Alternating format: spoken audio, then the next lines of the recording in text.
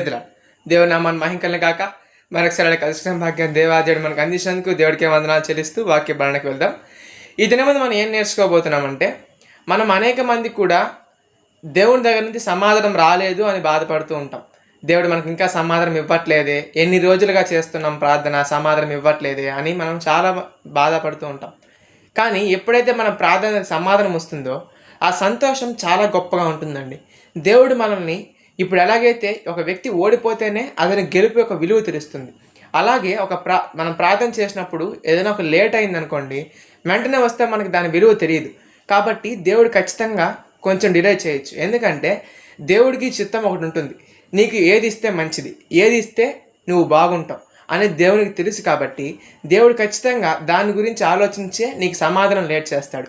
కానీ ఒకసారి ఆ సమాధానం వచ్చిందంటే అది చాలా ఆనందకరంగా ఉంటుంది, నీకే సంతోషం అనిపిస్తుంది. దేవుడు కూడా నా ప్రార్థన అంగీకరించాడు. మనం ఎవరండి? 800 కోట్ల మంది జనాభాలో, ప్రపంచంలోని 800 కోట్ల మంది జనాభాలో ఒక చిన్న ధూళి లాంటి వాళ్ళం దేవుని దృష్టికి.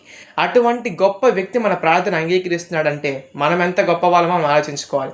మనకు గొప్ప వాళ్ళమని చెప్పడం తప్పు, కానీ దేవుడు మనకి ఎంత గొప్ప స్థాయి ఇచ్చాడో మనం ఆలోచించుకోవాలి. కాబట్టి ప్రార్థనలు విసుగకుండా దేవుడు మనకి ఇష్టకరమైనది, మనకు గొప్పగా ఉండగలిగేది, మనకు ఉపయోగకరంగా ఉండగలిగేది ఇచ్చేంత వరకు వేచి చూద్దాం. ఈ వాక్యం దేవుడు దీవించి ఆశీర్వదించును గాక. ఆమేన్.